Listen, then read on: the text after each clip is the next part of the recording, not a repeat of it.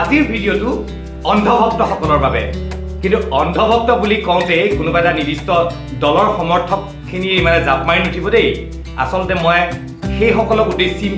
কোৱা নাই মই অন্ধভক্ত শব্দটো কি শব্দটোৰ অৰ্থ কি এই কথাটোৰ বিষয়েহে ক'বলৈ গৈ আছোঁ আচলতে অন্ধভক্ত কোন জানেনে যিয়ে কোনো বিচাৰ নোহোৱাকৈ বিবেক নোহোৱাকৈ কাৰোবাক সমৰ্থন কৰে সেইজন হ'ল অন্ধভক্ত সেইজন লাগে কোনোবা এজন ব্যক্তিৰ অন্ধভক্ত হওক কোনোবা এটা ৰাজনৈতিক দলৰে অন্ধভক্ত হওক বা কোনোবা এটা সংগঠনৰে অন্ধভক্ত হওক বা কোনোবা এজন বাবাৰে ভক্ত হওক যাৰেই নহওক আটাইতকৈ কিন্তু ডেঞ্জাৰাছ এই অন্ধভক্তসকলেই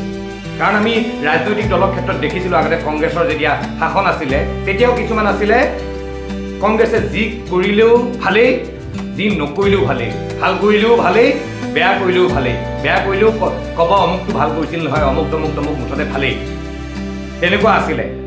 তাৰপিছত এজিপি চৰকাৰ আহিলে এজিপি চৰকাৰৰ সময়তো দেখিলোঁ কিছুমানে একদম মুঠতে এজিপি নিচিনা কোনো নাই এজিপি শ্ৰেষ্ঠ যিমান যি কৰিলে যিমান বেয়া কৰিলেও শ্ৰেষ্ঠ ভাল কৰিলেতো শ্ৰেষ্ঠ হয়েই আৰু এতিয়া বিজেপি শাসন হোৱাৰ পৰাতো আৰু বহুত প্ৰকোপ বাঢ়িছে সকলো নহয় কিছুমানতো এনেকুৱা মানে যিয়েই নহওক বিজেপি মানেই ভাল কাৰোবাৰ মতে কিছুমানৰ মতে কি ভাল কৰিছে বুলি ক'লে উত্তৰ হয়তো তেওঁলোকৰ ওচৰত নোলাব কিন্তু মুঠতে ভাল এই প্ৰত্যেকটো দলৰ ক্ষেত্ৰতে এইটো আমি দেখি আহিছোঁ যেনেকৈ যি নহওক এতিয়া কথা হ'ল অকল দলৰ ক্ষেত্ৰতে নহয় কিছুমান ভণ্ড বাবা আছে সিহঁতেও কিছুমান ভাল কথা কয় ঠিক আছে ভাল কথা কয় শুনে ভাল কথা তেওঁৰ যদি সেইখিনি কথা শুনি নিজৰ লাইফত কিবা ভাল হৈছে তেনেহ'লে অভিয়াছলি শুনিব লাগে আমিও শুনিব লাগে কিন্তু তেওঁ কিবা এটা ভাল কথা কৈছে আমাৰ ভাল কামত আহিছে বুলি যে তেওঁ যি ক'ব সেইটোকে মানি ল'ম সেইটো কিন্তু কথা নহয় আৰু সেই তেনেকৈ মানি লোৱাটোকে কয় অন্ধভক্ত যিজনে মানি লয় সেইজনে হ'ল অন্ধভক্ত কাৰণ আজি আপোনাক দুটা ভাল কথা শিকায় ভাল কথা কৈ যদি কাইলৈ আপোনাক বেয়া পথত পৰিচালিত কৰিবলৈ চেষ্টা কৰে তেতিয়াহ'লে আপুনি বিৰোধিতা কৰিব লাগিব তেতিয়াহে আপুনি প্ৰকৃততে দেশভক্ত এজন প্ৰকৃত সৎ মানুহ আপুনি উচিত কথাত মাত মাতিবলৈও জানে উচিত কথাত সমৰ্থন কৰিবলৈও জানে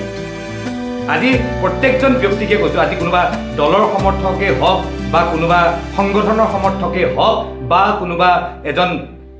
গুৰুৰ ভক্তই হওক আপোনালোকে মানি চলক তেওঁলোকক সমৰ্থন কৰক কথা নাই যিখিনি ভাল কাম কৰিছে সেইখিনিত সমৰ্থন যিখিনি ভাল উপদেশ দিছে সেইখিনিক সমৰ্থন কৰক আনকি আমি পিতৃ মাতৃৰ কথা মানি চলা উচিত কিন্তু কোনোবা পিতৃ মাতৃয়ে অজানিতেই হওক সাধাৰণতে জানি শুনি নকৰে পিতৃ মাতৃয়ে ভুল কিন্তু কেতিয়াবা জানি শুনি যদি কয় যে এইটো বেয়া কথা এটা আপোনাক কৰিবলৈ শিকায় বা আগবাঢ়িবলৈ তেতিয়া আপোনাৰ পিতৃ মাতৃকো বাধা দিয়াটো আপোনাৰ দায়িত্ব কাৰণ যে নহয় দেউতা যে তুমি এইটো ভুল বুজিছে এইটো এনেকৈ কৰিলে ক্ষতিয়ে হ'ব দেখুৱাই দিয়া আপোনালোকে দেখুৱাই দিয়ক যে এইটো ভুল এইটো নহয় এইটোহে শুদ্ধ গতিকে সেইজনহে প্ৰকৃত সৎ ব্যক্তি যিয়ে উচিত অনুচিত বিচাৰ কৰি চলে সেই কোনোবাই কথা কাৰোবাক মানি যদি চলিছে সেইজন ব্যক্তি বা সেই দলটো সংগঠনটো যিমানে মহান নহওক যদি কোনোবা বেয়া কথা কৈছে তাত মাত মাতিবলৈ জানিব লাগিব যদি আপুনি সেইখিনি নিয়ম পালন কৰি চলিব জানিছে সেইখিনি যদি মানি চলিছে আপুনি যাৰে সমৰ্থন নহওক আপুনি কিন্তু এজন সৎ মানুহ কাৰণ আপুনি ভুল শুদ্ধ বিচাৰ কৰিবলৈ জানিছে কিন্তু যদি কোনোবা এটা দলৰ সমৰ্থক বা কোনোবা এটা সংগঠনৰ সমৰ্থক হৈছে মানে আপুনি আৰু তাৰ পৰা যিয়ে নিৰ্দেশ দিব এইটো শুদ্ধ অমুকটো দলে আমাৰ দলে কিবা এটা ডিচিশ্যন লৈছে যে বেয়া যেন দেখিলেও মুঠতে ভাল ভাবিয়েই কৰিছে চাগে তেওঁলোকে ডিচিশ্যন লৈছে যে ভালেই হ'ব এইটোৰ পৰা আঁতৰ হওক তেতিয়াহে আপুনি ক'ব পাৰিব যে আপুনি এজন অন্ধভক্ত নহয় এজন আপুনি দেশভক্ত আৰু এজন সৎ ব্যক্তি এতিয়া আপুনি নিজকে কি বুলি পৰিচয় দিবলৈ খোজে অন্ধভক্ত নে দেশভক্ত বিচাৰ কৰিব ধন্যবাদ জয় আই অসম